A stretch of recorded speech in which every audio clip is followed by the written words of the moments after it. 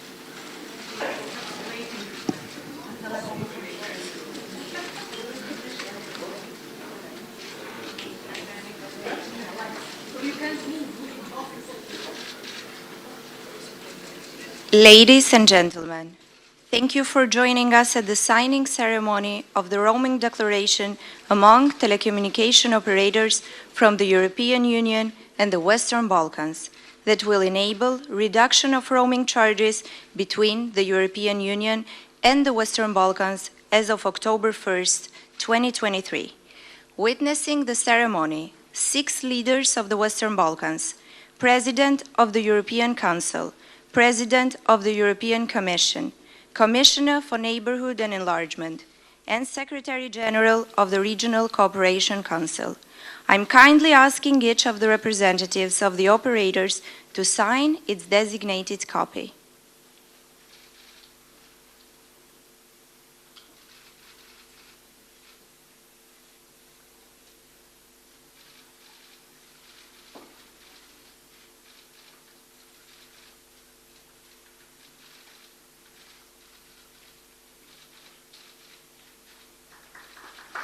Thank you. You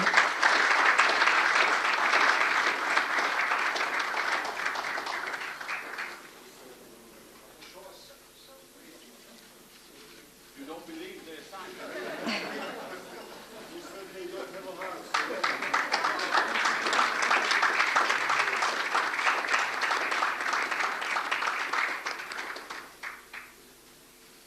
Thank you.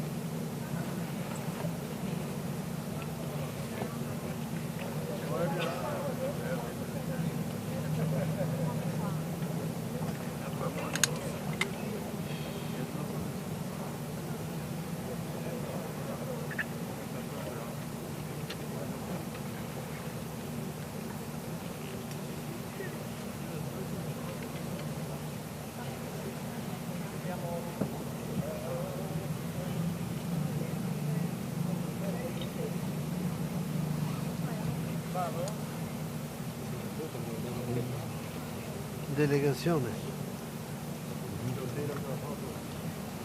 Dos delegaciones se puso la de.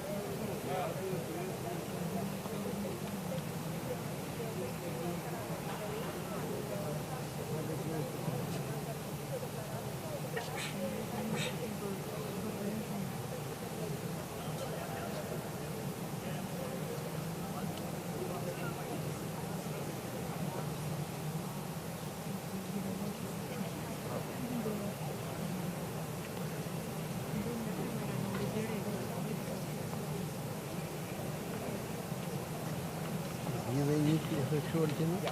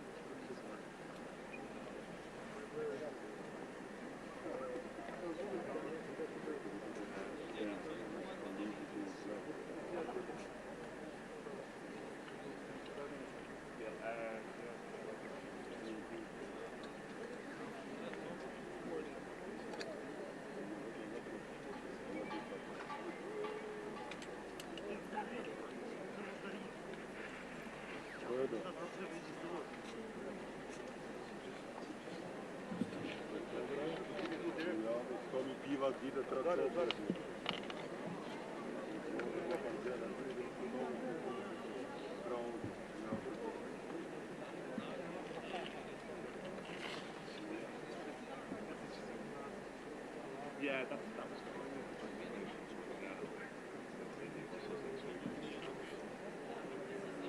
yeah, well, we were. Yeah, well. We'll see them.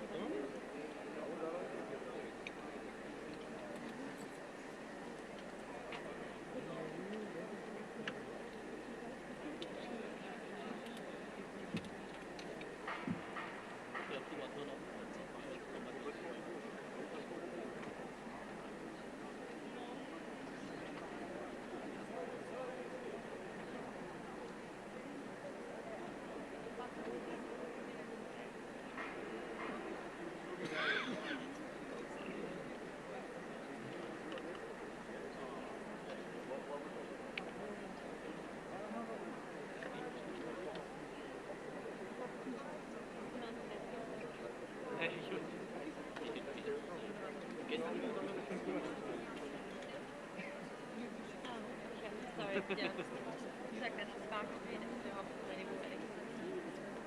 Ja, nee, nee, bitte. Ja.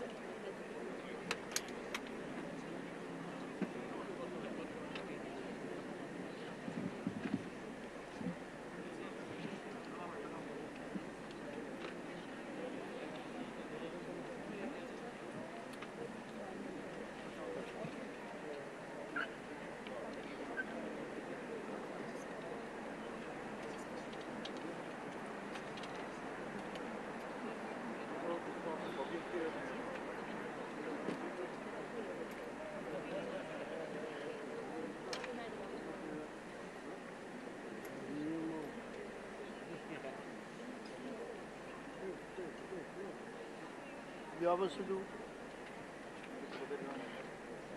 Halt am Boden.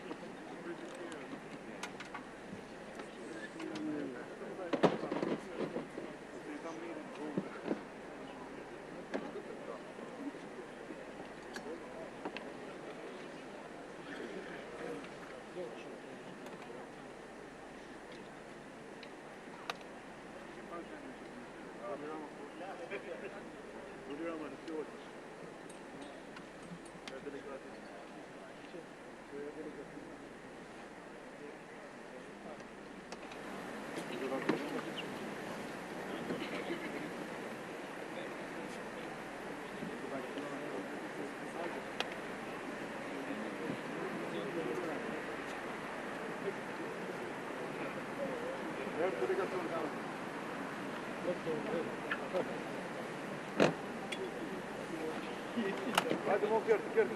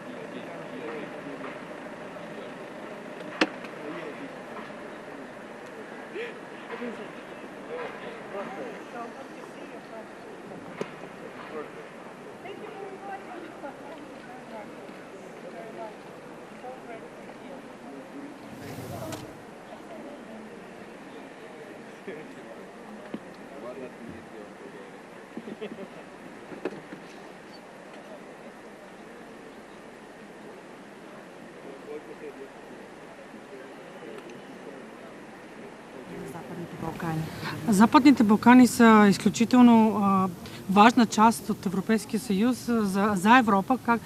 Както казваме често, както Европейския съюз има нужда от Балканите, точно толкова колкото и Балканите са важна част от Европа и от Европейския съюз. Така че вярвам, че на на днешната среща всъщност ще може да бъде много даден ясен сигнал за подкрепата, която Европа дава по пътя на европейската интеграция на Балканите. Една от важните теми, която разбира се ще се обсъжда днес, това е подкрепата за Балканите за преодоляване на енергийната криза, която всички в Европа се сблъскваме, и всъщност да се обединят усилията в това да се преодолеят и минимизират негативните последствия. Благодаря от сърце. Благодаря.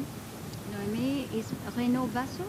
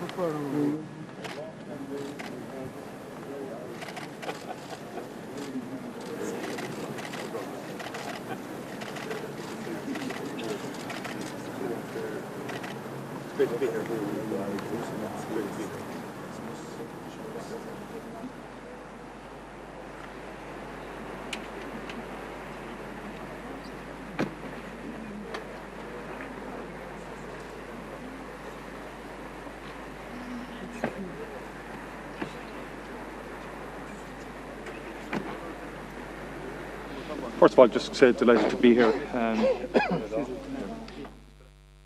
this morning. I think it's very important that the European Union, working with the Western Balkans, can accelerate, in the first instance, the enlargement process, particularly in the world that we're in right now with the geopolitical uncertainty.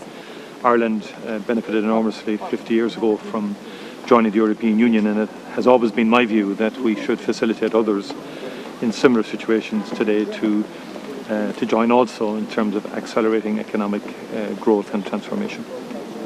Taoiseach, can we ask you about Hungary? There's a meeting of finance ministers today just trying to decide on whether Hungary should get the money for cohesion. And there's a lot of disquiet about the rule of law and whether Hungary is meeting the criteria that the Commission laid down.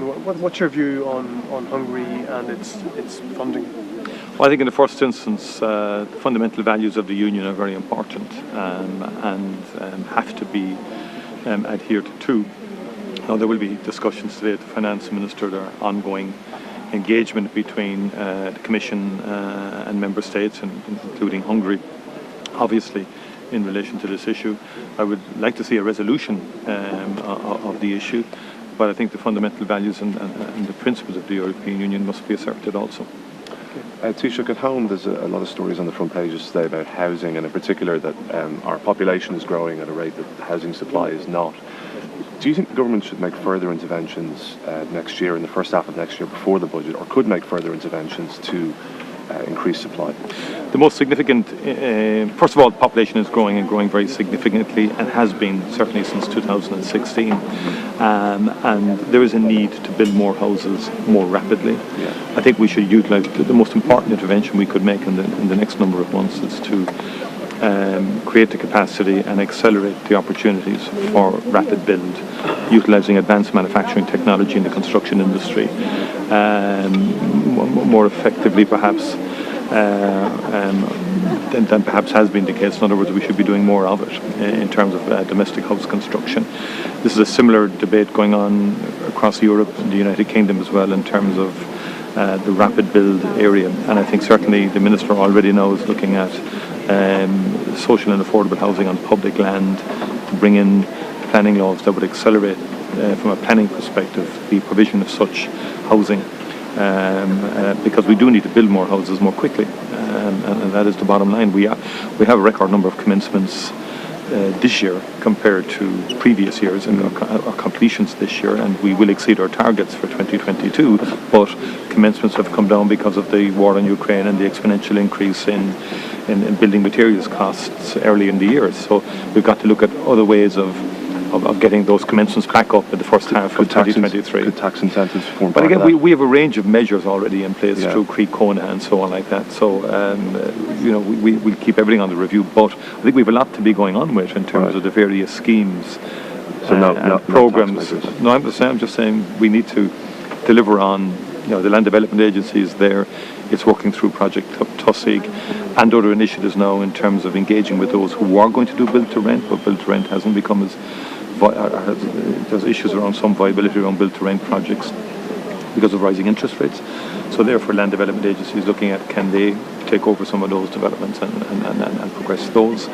And as I said, the rapid build. Those are the more effective things we can do in the short term. Not tax.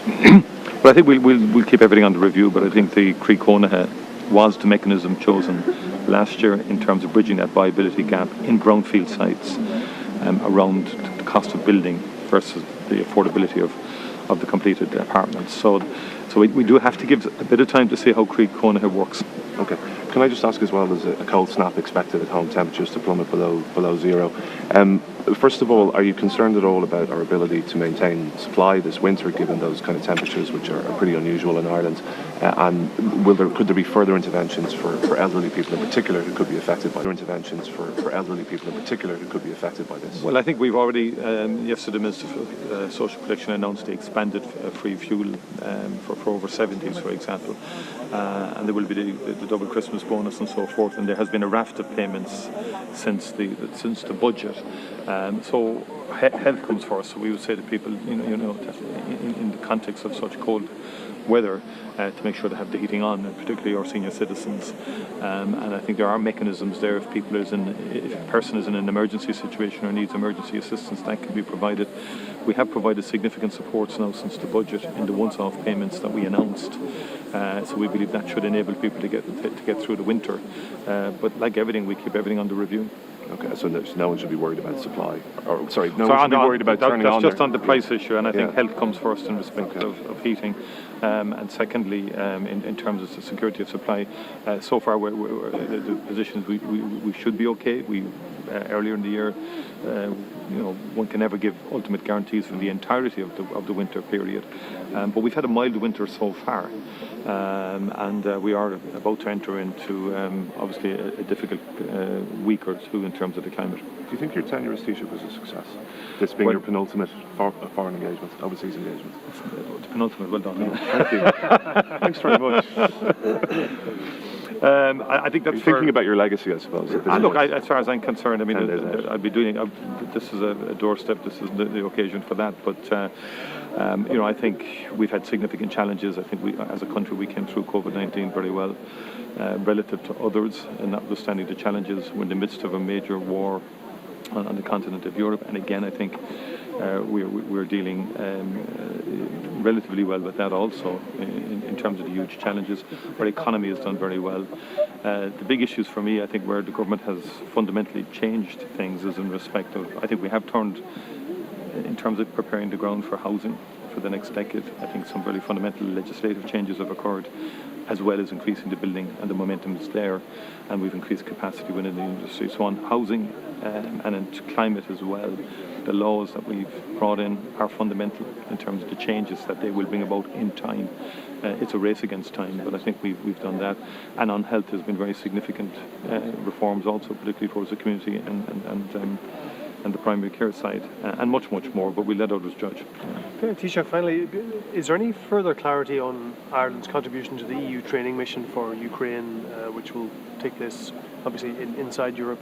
I think there were discussions before about demining and IEDs and so on. Is there any more clarity on what the Ukrainians might want and what we can offer? Well, fundamentally, it would be in the demining area. That's the area where Ukrainian ministers and government have said to us on a number of occasions that they feel they could do with some expertise on demining, particularly as they win back territory, there's a lot of bombs and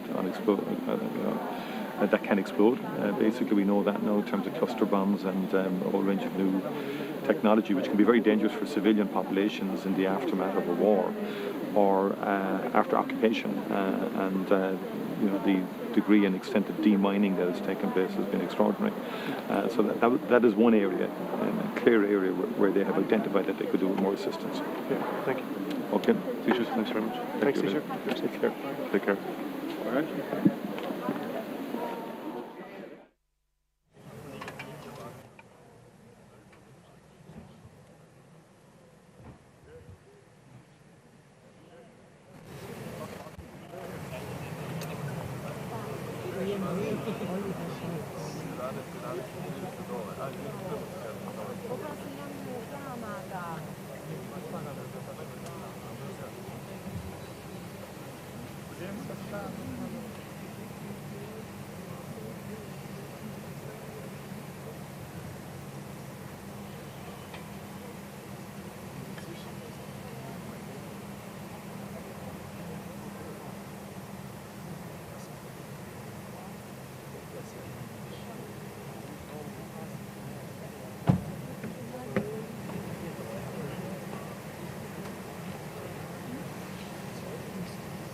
Greek Prime Minister. That is just one big red carpet.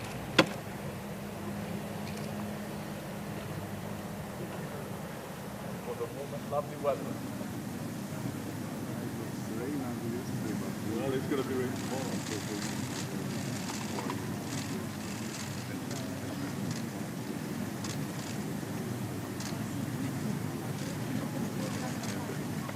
Big event here. The Germans, yeah. The French. Okay, I think we have my... Yeah. Πού είμαστε? Κύριε Πρόεδρε, από εδώ. Κύριε Πρόεδρε, από εδώ. Α, εκεί είμαστε.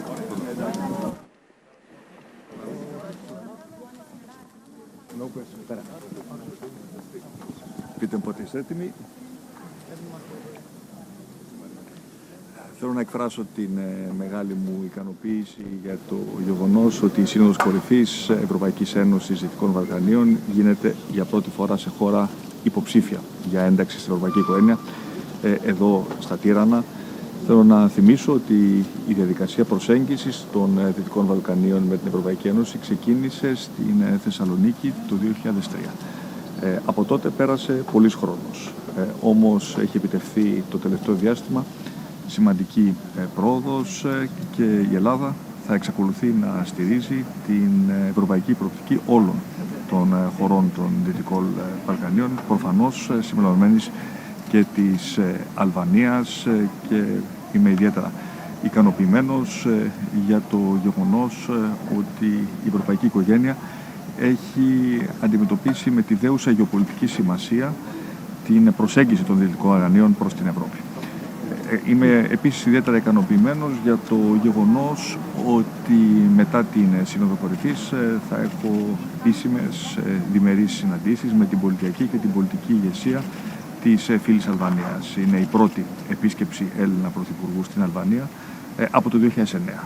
Και αυτό από μόνο του σηματοδοτεί το γεγονός και τη βούληση της ελληνικής κυβέρνησης αλλά και της αλβανικής κυβέρνησης να βάλουμε τις διμερείς μας σχέσεις σε μια νέα τροχιά ακόμα μεγαλύτερης προσέγγισης. Θα έχω την ευκαιρία να συζητήσω με τον φίλο Αλβανό Πρωθυπουργό, τον Έντι Ράμα, και το ζήτημα της οριοθέτησης των θαλασσίων μας ζωνών.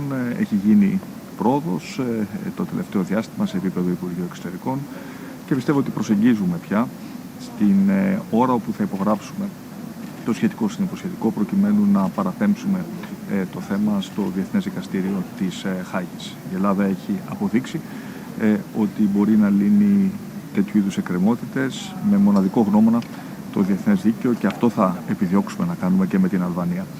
Τέλος, επιτρέψτε μου να εκφράσω τη λύπη μου για το γεγονός ότι λόγω των προβλέψεων για τον καιρό αύριο δεν θα μπορέσω τελικά να πετάξω με το ελικόπτερο και να επισκεφθώ τα χωριά της ελληνικής εθνικής μειονότητας. Όμως ανανεώνω αυτήν την επίσκεψή μου το συντομότερο δυνατόν. Θέλω να βρεθώ και να επισκεφθώ τους ομογενείς μας και πιστεύω ότι θα μπορέσουμε να επαναπρογραμματίσουμε αυτή την επίσκεψη το συντομότερο δυνατό. Ευχαριστώ πολύ. Mr. Prime Minister, just one question.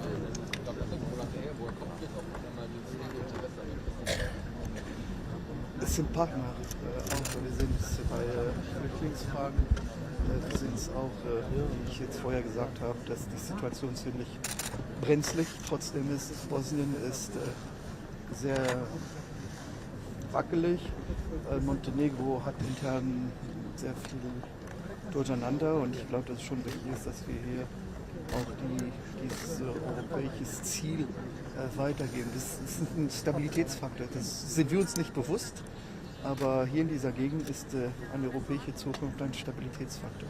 Fürchten Sie nicht weiter Russland an, gerade in Bezug auf Serbien zum Beispiel? Ja, ich glaube, ein Dialog ist hier. Ich habe auch gehört, Herr Vučić wollte nicht kommen und dann kommen, nicht kommen. Ich glaube, dass er hier ist wichtig und dass wir zusammen reden. Aber wie gesagt, es ist nicht nur Russland. Wir müssen auch sehen, wie es mit den Visa geht in verschiedenen Ländern und auch die wir eine Grenze mit der Türkei haben, wie wir es mit dem Deal da weiter machen.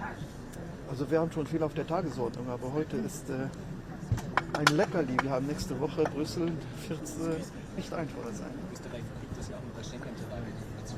Hier am Westbalkan Schengen weiter. Ja, wir dürfen nicht jetzt, also mit Schengen glaube ich, dass wir auch sehen müssen, dass wenn wir Bulgarien ausschließen, die Grenze zur Türkei auf einmal dann mit den Türken verhandelt wird. Und das weiß ich nicht, ob das erst in unserem Interesse ist. Aber tatsächlich muss Schengen funktionieren. Wenn die Außengrenzen nicht funktionieren, dann werden wir auf einmal Probleme haben, um Schengen weiter zu erklären. Ich glaube, Frontex, die Kommissarin Wachsen hat ja auch gestern ein 5-Punkte-Programm oder heute Morgen ein 5-Punkte-Programm vorgestellt. Ich glaube, dass das schon in die richtige Richtung geht. Aber es gibt keine Wunderlösung. Also wir haben es ja gesehen. Und jetzt mit der Flüchtlingsfrage sehen wir auch, dass ich habe ja schreckliche Momente erlebt, wo ich sonntagsabend ein Telefon hatte von einem französischen Präsidenten oder von einem italienischen Regierungschef, der mich anrief, um zu fragen, wie viele Flüchtlinge ich nehmen soll. Wir sehen, dass es heute nicht besser geht. Also auch viele Jahre später gehört das auch. Wenn wir Grenzen haben, die funktionieren, das wird auf jeden Fall auch helfen.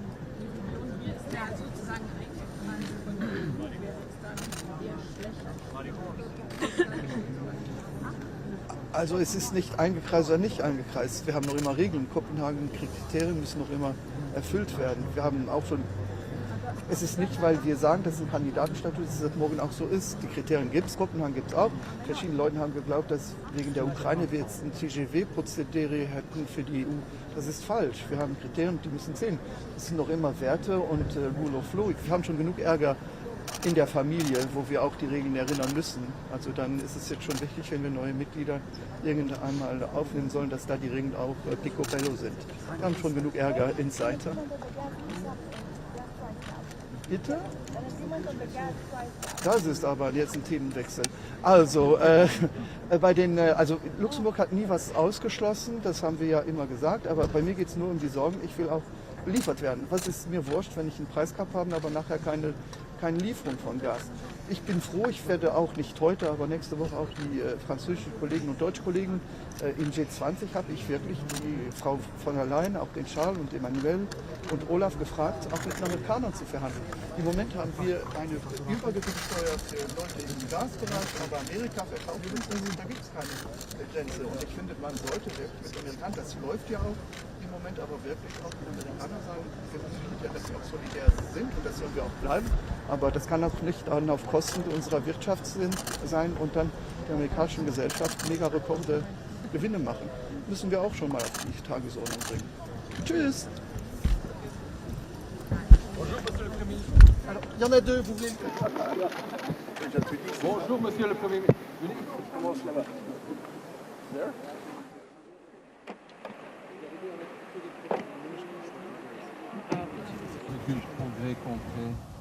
Mais les pays de cette région et les pays européens sont des partenaires. Et ce sommet est vraiment un sommet pour montrer le fait qu'on est des partenaires, qu'on a des défis qui sont en commun et qui sont encore plus prononcés dès que la guerre a commencé en Ukraine.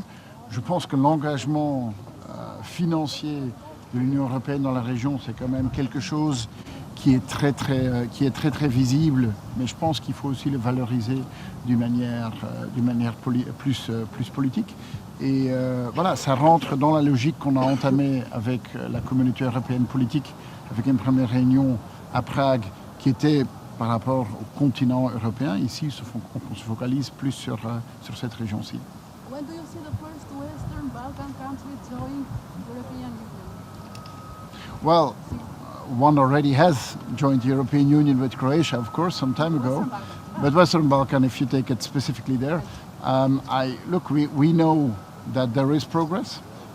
We know that there is an ambition to make that progress go faster, and it's written in the conclusions and it has a lot of value, but there's no shortcuts. And we all know that there's an incredible amount of work to be done, but I think a moment like today, we also have to finger point the fact that a lot of things have happened and that there is progress in all countries, and that we should maybe also talk about the progress that there has been, also talk about what needs to be done, but not only talk about what needs to be done.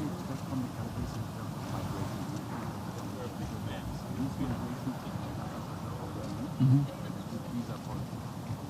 Well, first of all, let me say that there's a lot of alignment between the countries of the Western Balkan and the European Union on foreign policy. And over the past months, we have seen how important that alignment is. Alignment in the domain of visa policy, alignment also in the domain of sanctions towards Russia. It's a permanent discussion. And for example, Belgium, we've had some discussions with Serbia related to visa related to certain countries. And there has been a reaction, and we really would like to thank the Serbian government for that. In a domain as migration, you need a constant dialogue, and a summit like this is important to show to the rest of the world that we are aligned. Don't you feel that some of them are too close to Russia? Well, it's clear that Russia tries to influence not only this region, tries to influence the European Union. And it's true that the unity that we have shown as European Union is something which is disturbing for Russia.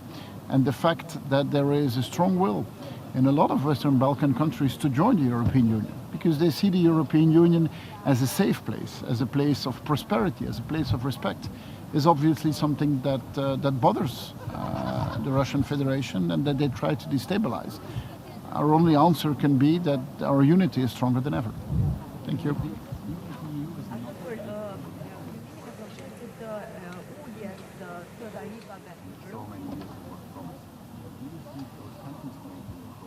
Yeah, there is a noticeable progress, and there is also an answer from the European Union on that. I think the signals that have been given to Albania, the signals that have been given to North Macedonia are clear signals.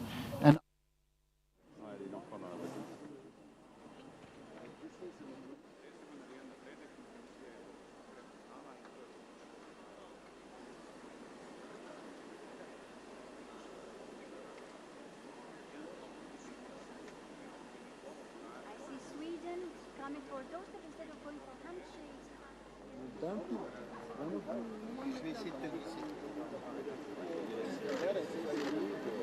I'm here, I'm not a bodyguard, I'm the Prime Minister.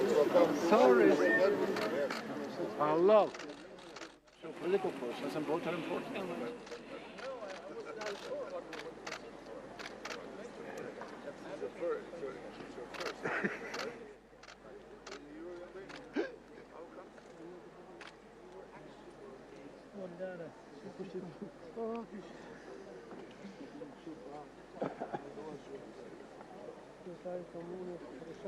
Siamo fuori.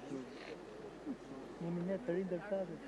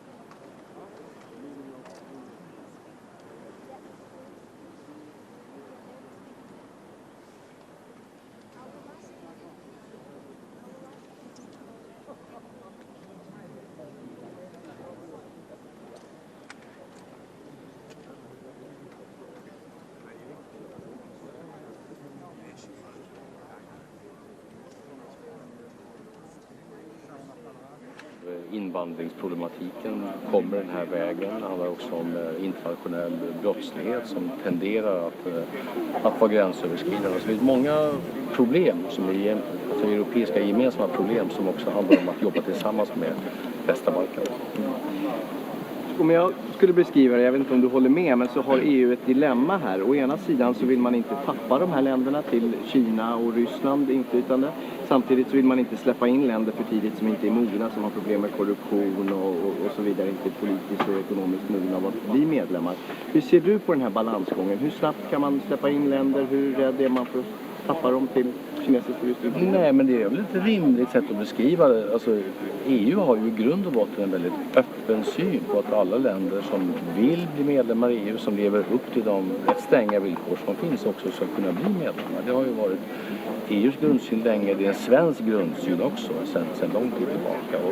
Och det är alldeles uppenbart att många andra länder vill utöva inflytande, nämligen Ryssland, Kina, det är alldeles uppenbart. Det finns starka europeiska skäl att se till att länder som idag inte är i gemenskapen men som vill komma in också har goda möjligheter.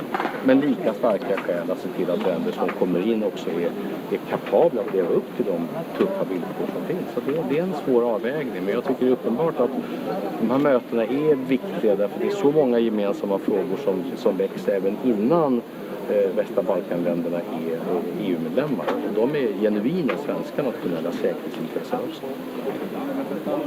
Jag tycker att man lyssnar på de ledarna från den.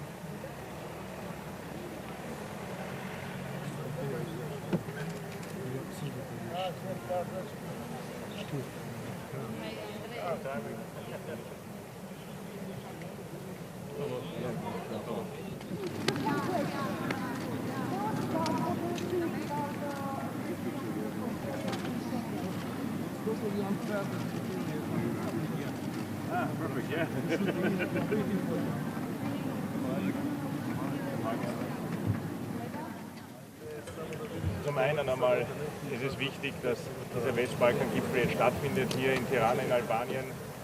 Es ist ein wichtiges Thema. Es geht um die Frage der Energieversorgungssicherheit auch für den Westbalkan. Es geht um die Frage des Kandidatenstatuses für Bosnien-Herzegowina und es geht natürlich auch um Sicherheitsfragen. Die EU-Kommission hat gestern einen 20-Punkte-Plan vorgelegt, um die Migration hier beim Westbalkan einzudämmen.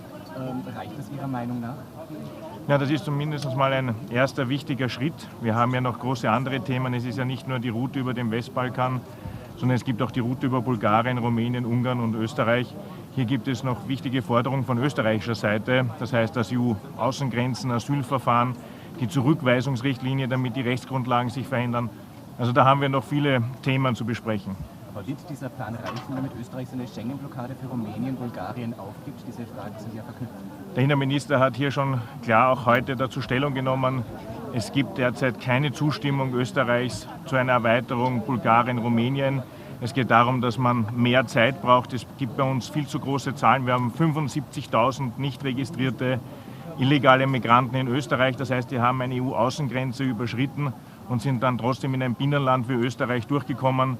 Diese Sicherheitsfragen gilt es zuerst zu klären. Spielt hier Österreich seinen guten Ruf in Osteuropa?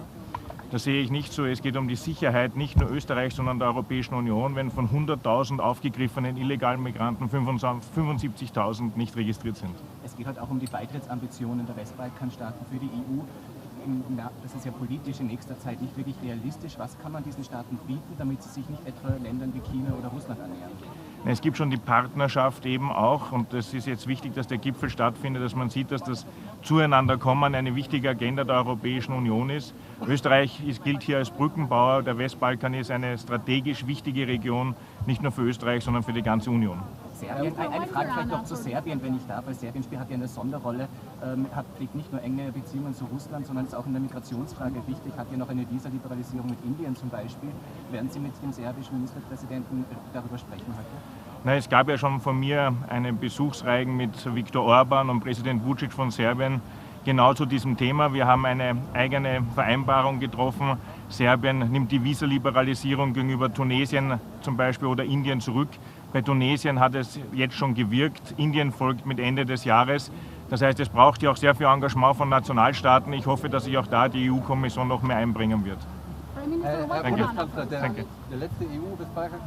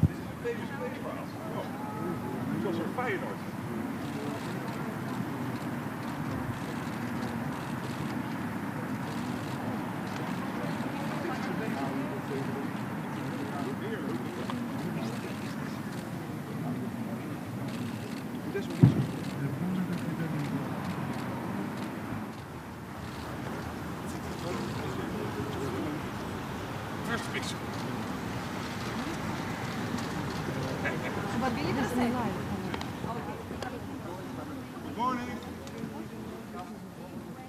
The Western Balkans also with some progress. Well, this meeting is crucial.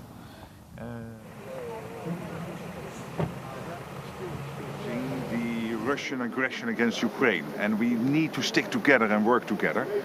So one of the things we are working on as European Union and Western Balkan countries is on energy security. And at the same time, it's also important that we all implement the sanctions. The second issue, of course, is migration, which is also a big topic. And we are coming to the point of what we can handle, particularly my country and other countries. Here we are also working closely together with Western Balkan countries. They are, in many cases, countries of transit for people moving from Syria or other parts of the world to north of Europe. And here, particularly, it's important to have an alignment on the visa policy, that we all implement the same visa policy. So I think we have a very positive agenda ahead of us for today, but also important topics to discuss. It's been 6 months basically since the last EU Western Balkan summit. Why the sudden interest? It cannot only be why the sudden interest. I mean, lots of challenges that you mentioned, besides maybe Ukraine and Russia, they exist since a couple of years, and but now we have like summits coming in a shorter time frame. Why? Yes, I would argue that we already had a acceleration of summits.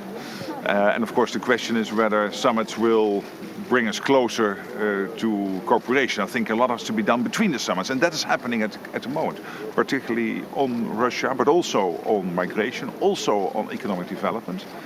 The last summit was in Brussels. Before that we had a summit in Slovenia. And many summits before. And we have made progress. Take Albania and North Macedonia, the fact that we are able to start the accession process. So that progress is notable, and also on Kosovo. So hopefully we will make more progress today.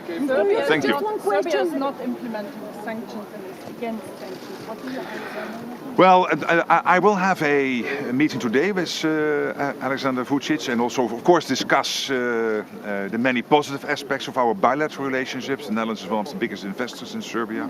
But we will also discuss, no doubt, the things you mentioned, which is alignment on sanctions, but also an alignment on visa policies. And here we see that Serbia is taking steps in the right direction, but I still hope that Serbia will do more. Can you tell us about the membership of Bulgaria in Schengen? What are the reasons? What do Netherlands need to this? Yes, good question. As you know, we were hesitant on Croatia, Romania and Bulgaria. On Croatia and Romania, sticking to the principles of strict and fair, we were able to come to a yes. At this moment, on Bulgaria, it is not a no, it is a not yet. It will really take more time, particularly on two issues. One is the implementation of the CVM, the Cooperation and Verification Mechanism. And we need a new assessment on that. And secondly, the implementation of the Schengen Evaluation Monitoring Mechanism. So, and I spoke at length with Ruben Radev, the president, but I'm optimistic that hopefully next year we can make steps forward. Is there a risk revising the visa policy with Albania? Again. Because is there a risk of revising the visa policy with Albania because of the large number of immigrants coming from Western Balkans? Well, that's not something we can decide in a bilateral way. And my bilateral relations with Eddie are excellent, with Eddie Rama. But of course, particularly the EU, if it concerns visa policies, it is the European Union making sure that we implement it in the right manner. And particularly with Serbia, there is a worry that with too many countries there is a relaxed visa system. Serbia has taken steps on countries like Tunisia, so that was important, but we hope they will do more. Thank you. Okay, bye-bye.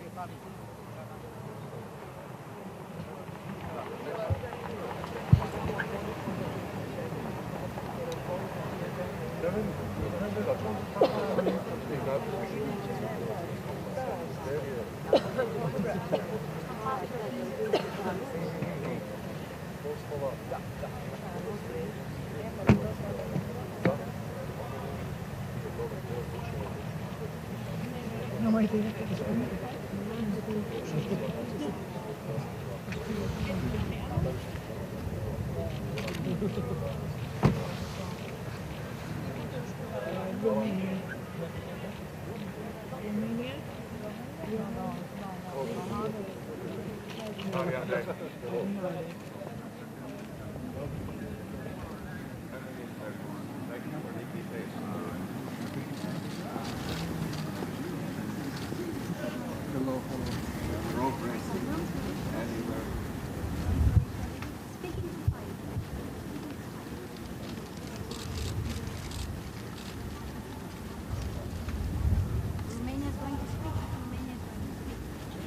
mean an end or a positive conclusion? Like finding a mutual solution? Yes, that's different. That's different. I think the talks are the only solution, and therefore we encourage them to find common ground as much as possible. Do you think that which is the constructive element of this dialogue? Which country is playing it in the right European way? Well, it is a process that has been facilitated by the European Union institutions, in particular Mr. Borrell, Mr. Lajčák. They have a lot of experience. They are involved in all the activities in the region. What Croatia is constantly fostering is peace and concrete agreements that will facilitate the normal work and normal functioning, especially in the northern part of Kosovo.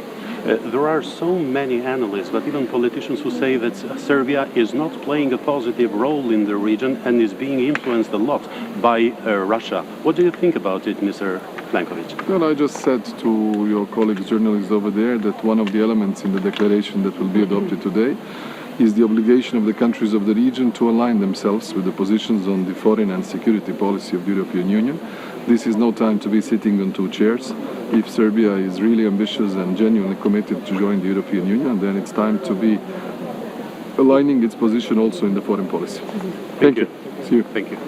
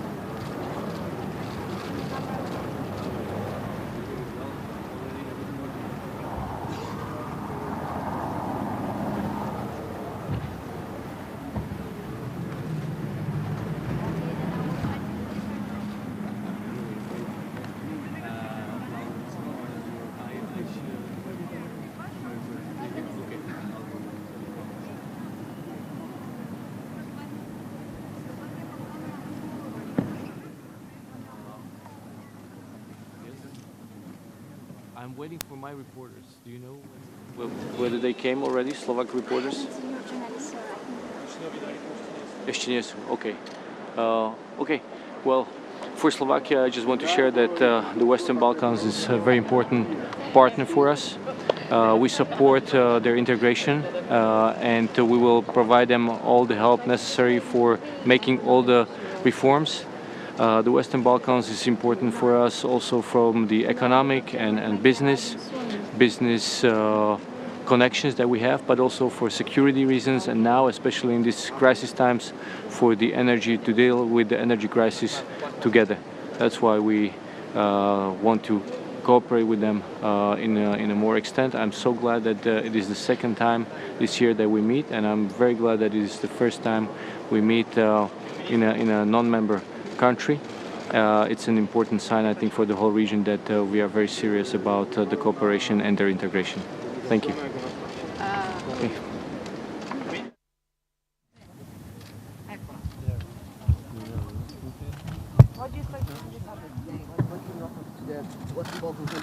Well, I think we have got a great responsibility with the countries of the West Balkans. I think moreover after the aggression of Russia against Ukraine, that is very important to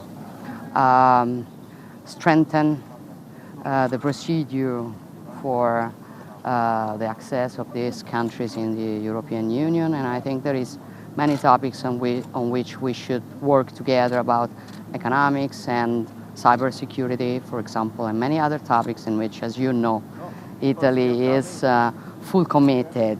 So we will try to do our best about many topics we have, about roaming, about many other things that we are discussing, and as you know, you can count on Italy about that.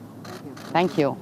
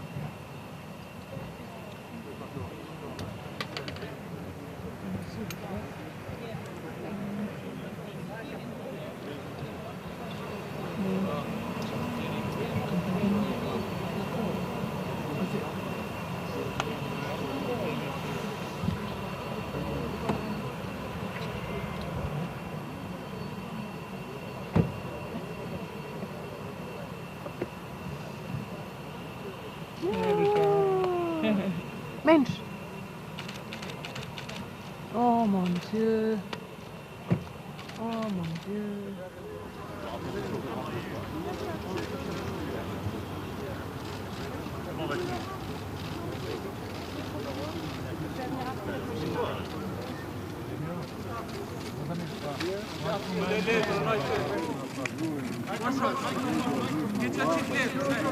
Bonjour, vous allez bien? Monsieur le Président.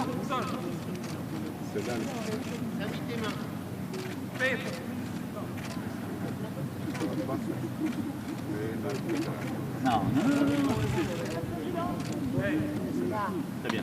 Si vous voulez, mais bon, je peux vous dire deux mots. Vous allez bien?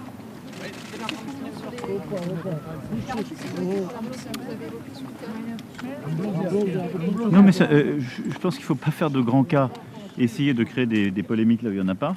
J'ai toujours dit la même chose, c'est-à-dire qu'à la fin dans la discussion de paix, il y aura des sujets territoriaux sur l'Ukraine, et ils appartiennent aux Ukrainiens, et il y aura des sujets de sécurité collective sur toute la région. Et c'est la même chose que je dis depuis le début, et la même chose sur quoi nous avons travaillé d'ailleurs en février-mars, et qui ont fait l'objet de discussions. Moi, je voulais dire que je suis très heureux d'être aujourd'hui en Albanie. Je remercie le Premier ministre Edi Rama pour ce sommet Union européenne-Balkans. C'est un moment important pour nous de ce semestre et de cette présidence tchèque. Nous allons ici discuter de choses très concrètes. On avait à Brno poussé le projet de cyber qui va ici trouver un aboutissement. Nous avons aussi poussé une solidarité européenne à l'égard des Balkans occidentaux en matière d'énergie, et donc un fonds d'1 milliard d'euros va être déployé, avec donc des dispositifs en particulier d'aide directe vers les ménages et les entreprises de la part de l'Union européenne. Ce sont des avancées très concrètes de solidarité, puis c'est l'approfondissement et la densification de notre agenda politique. Et donc pour toutes ces raisons, ce sommet est une bonne opportunité. On aura l'occasion aussi, en particulier avec le chancelier Scholz et le Premier ministre Rutte, de se voir à part pour préparer le Conseil et d'avancer sur les sujets à la fois d'énergie et sur la question, comme vous le savez, de l'Inflation Reduction Act, que j'ai souhaité pousser ces dernières semaines pour qu'il y ait un réveil européen. Monsieur le Président, vous n'avez dit pas de panique sur les délais. Oui, je vous le confirme. On apprend que même les Français soumis à des respirateurs, par exemple, ne seront pas épargnés. Ce débat, je vous le dis, ce débat est absurde. Est absurde. Le rôle des autorités publiques, des entreprises publiques, ça n'est pas de transférer la peur, ni de gouverner par la peur. Et donc, le rôle du gouvernement, des ministres, des opérateurs, c'est de faire leur travail pour fournir de l'énergie. C'est tout. Et ensuite, c'est d'appeler chacun à la responsabilité pour qu'il y ait de la sobriété. C'est pas de commencer à faire peur aux gens avec des scénarios absurdes et des choses comme je l'ai entendu ces dernières heures. Stop à tout ça. Nous sommes un grand pays, on a un grand modèle énergétique, nous allons tenir cet hiver malgré la guerre, et donc je demande à chacun de faire son travail. Le travail d'EDF, c'est de faire tourner les centrales. Le travail du gouvernement, c'est qu'il y ait une planification. Le travail de tout le monde, c'est qu'on déroule la sobriété. Les scénarios de la peur, pas pour moi. On reste tous unis et on avance. Le plafonnement du gaz, le plafonnement du gaz, l'Europe n'est toujours pas d'accord. Comment on peut sortir de ce plafonnement? Il y a des plafonnements qui ont été trouvés, comme vous le savez. Déjà, il y a des accords qui ont été donnés. Moi, je l'ai déjà dit, on ne peut pas avoir un plafond trop bas, sinon on n'arrive pas à avoir des approvisionnements. Donc il faut qu'il y ait des accords techniques qui soient trouvés dans les prochains jours pour qu'on ait un plafonnement qui évite les effets d'emballement. Bon. Maintenant, ce qui est très clair, c'est que nous allons continuer de vrai. Il faut qu'il y ait un mécanisme de plafonnement pour éviter les pics. C'est ce qu'on a décidé en européen au dernier Conseil. La deuxième chose, c'est qu'il faut maintenant qu'on aille surtout à très court terme vers des contrats de plus long terme qui vont garantir à la fois la sécurisation du volume et les bons prix. Voilà, je vous remercie beaucoup et je remercie encore mon ami le Premier ministre Rama pour son invitation. Merci beaucoup.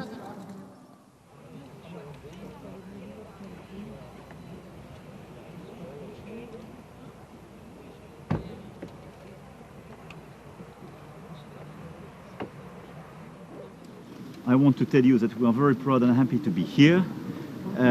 My good friend, Mr. Rama, invited me several times. I'm here, but I will be back for a bilateral meeting. But with such a sunny weather, you can be extremely proud to welcome all the European Union. Soon in Kosovo, Mr. Macron.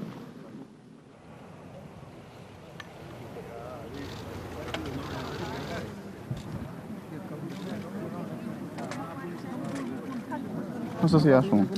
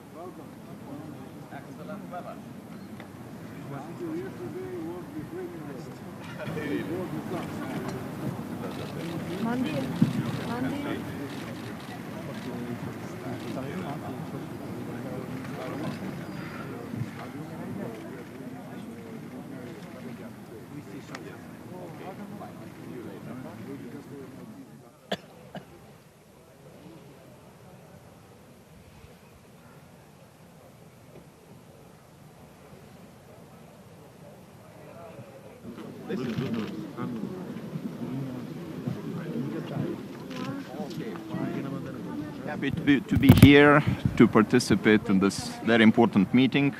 Lithuania was always very supportive to the European Union enlargement process, but I think we have to care not only about the implementation of technical requirements, but also about the respect to international rules-based order. This is the reason why we highly welcome the very firm stance on the on the Russian aggression in Ukraine. Also full alignment with common foreign policy of European Union, and very clear stance on the sanctions imposed on Russia. Having all this done, we would welcome the further progress in integration process. So this is very important. The neighborhood, peaceful neighborhood with neighbors, also one of the necessary preconditions. So this is, I think, and looking forward to see the progress of aspiration countries and to maybe to take also some decisions in European Council in December. So far, we see some stabilization, and we have less attempts to illegally cross the border at the border of Belarus and Lithuania, but you never know because it's unpredictable. The hybrid attacks still are possible, and there is some potential of illegal migrants to go to the border. But we are really aware of the problem, and we will deal with the problem as successfully as we did it in the past. So thank you. Okay, see the progress, some progress, and we were very supportive to find, first of all, very clear political understanding and political commitment that we have to do something, because my country is rather heavily affected by this factor. And now we see some decisions coming. Maybe we are not very excited about some technical details, but I think we have to move forward, and probably we will have some result again in December and European Council, maybe, or even later in the meeting of ministers, energy ministers. And I hope that it will happen. Fine, thank you. And elsewhere have never been better in their history. So, Prime Minister, one question: the last EU Western Balkans summit has been like 6 months ago in Brussels. Why the sudden increase of interest? It's a very big difference, because here is rock and roll, in Brussels it's just symphony. So it's Albania and the Western Balkans are rock and roll. You know, it's far less boring than Brussels, and that's why you saw they are all happy. Do you expect that Serbia signed the declaration? Say it again? Serbia signed the full declaration. I am not informed that there is a problem about it, but let's see. So we'll speak later, and don't drink all the wine we gave you in the morning, because you know it's very, very good and very efficient. Thank you.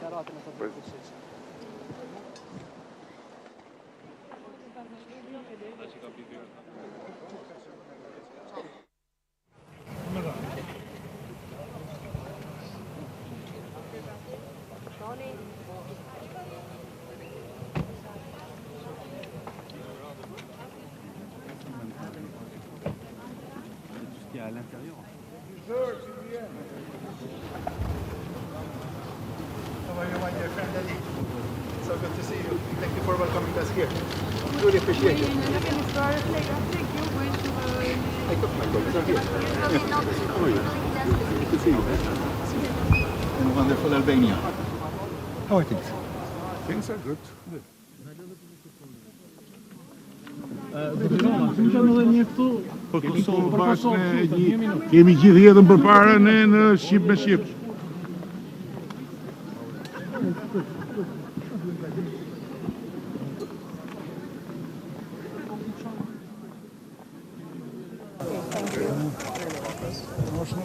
That's it. You want me to entertain you or it's coming? You want to talk to us before he arrives? You have a question? You have questions? No, for us this is amazing. It's historical. It's something that even the most courageous in their imagination would not have imagined to happen, and it's happening. It's really great, and I think it's a very strong sign of awareness of the European Union that the European Union needs the Western Balkans as much as the Western Balkans need the European Union, and this is very, very important. Right? And by the way, until yesterday we had a weather like in the European Union, but we couldn't afford it to welcome you with that weather, so we brought the sun for you. I hope you appreciate, right? Ministre, mendoni që ditën e sotme disa çështje të Ballkanit, siç është Serbia me Kosovën, mund të marrin zgjidhje? No, it's a question about Serbia and Kosovo, if this will be solved today. I would wish so, because I would wish that the European Union has this kind of magic, but it's not the case. It's a difficult one, and it will take its time, but let me say that the Western Balkans have never been better in their history, and Albanians in particular, both in Albania and in Kosovo and elsewhere, have never been better in their history. So, the last EU Western Balkan summit has been like 6 months ago in Brussels. Why the sudden increase of interest? It's a very big difference, because here is rock and roll, in Brussels it's just symphony. So it's Albania and the Western Balkans are rock and roll. You know, it's far less boring than Brussels, and that's why you saw they are all happy. Say it again.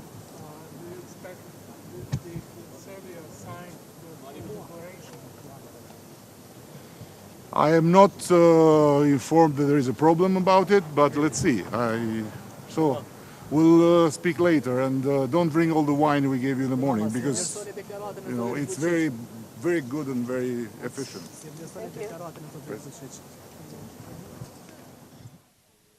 Very optimistic about finding a solution between Kosovo and Serbia? Look, this is an important day for the Western Balkans. This is an important day for the Western Balkans. It's the first summit with the European Union that takes place in the Western Balkans. And from our side, we are strongly committed with the region to support, to face the consequences of the war. The electricity prices has gone up a lot, and we are going to give an important financial support to the households. Also, Albania has been struck by cyber attacks. Since the first cyber attack, I talked with Prime Minister Rama, offered our support, our experts here, to help Albania to face the cyber attacks and the hybrid threats coming as a consequence of the war. And also about the dialogue between Pristina and Belgrade. This is an important moment. The dispute about the plates has been over. Now they have to engage. They have to really engage on the dialogue with the proposal that they put on the table as facilitator, with the strong support of Germany and France. The last version of the text was sent yesterday to Belgrade and today to Kosovo. And now they have to embark on discussions, and serious discussions, because this is a moment in which there is a big opportunity. Also, from the defense and security side, we are going to provide support to Bosnia and Herzegovina for demining. There are still a lot of mines in the fields, and people suffer the consequences. So we are going to provide with 10 million euros for a specific demining campaign in Bosnia and Herzegovina. Do you feel optimistic that the dialogue will come to an end successfully during next year? I'm extending it. I am very activistic. Okay. Thank you very much, Mr. Borrell. Migration will also be very high. Can you share any points from the last document that you are saying that we signed yesterday to evacuate Pristina? I'm sorry, I cannot share the content.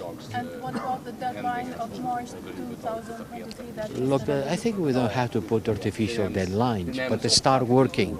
The important thing is not to fix the date, but the speed in which we work. That's the time to work. Thank you.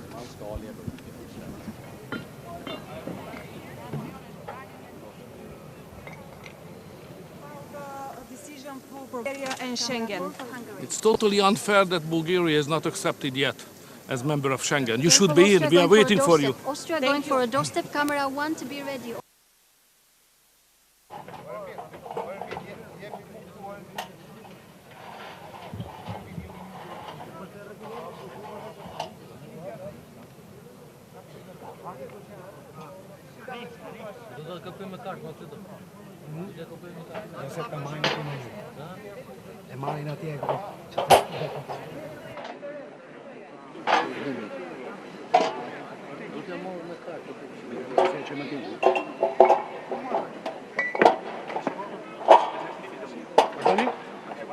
Potashi bin Krušin.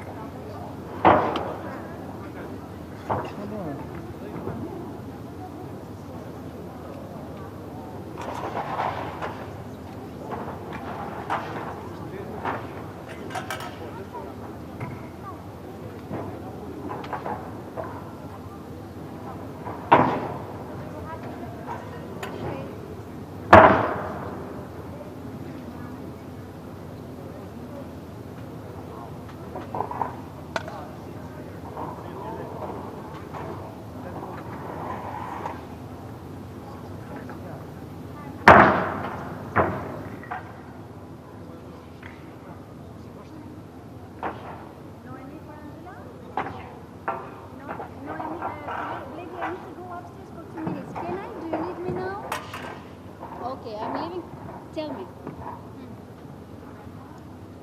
So what can they do? What can you do?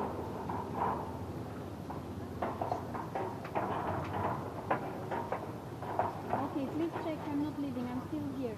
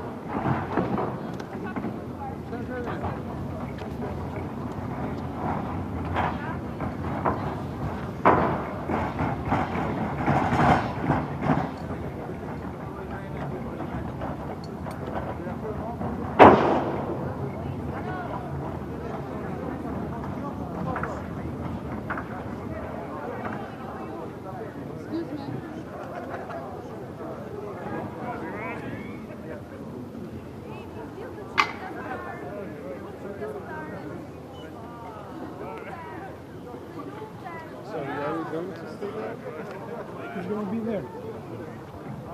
Yes, but here also we have cameras. You want to stay there?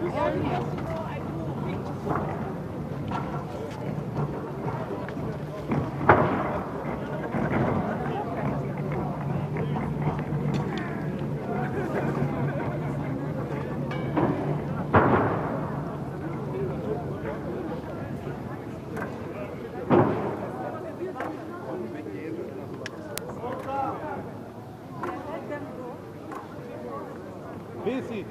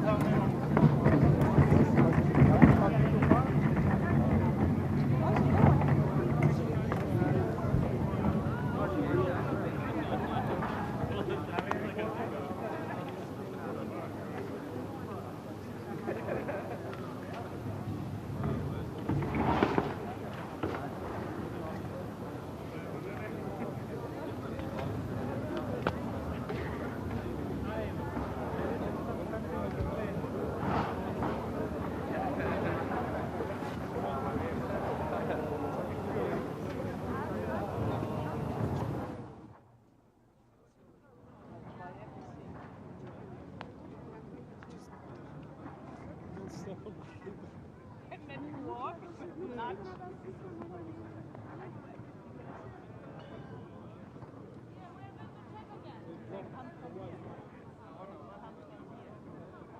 Yes, later.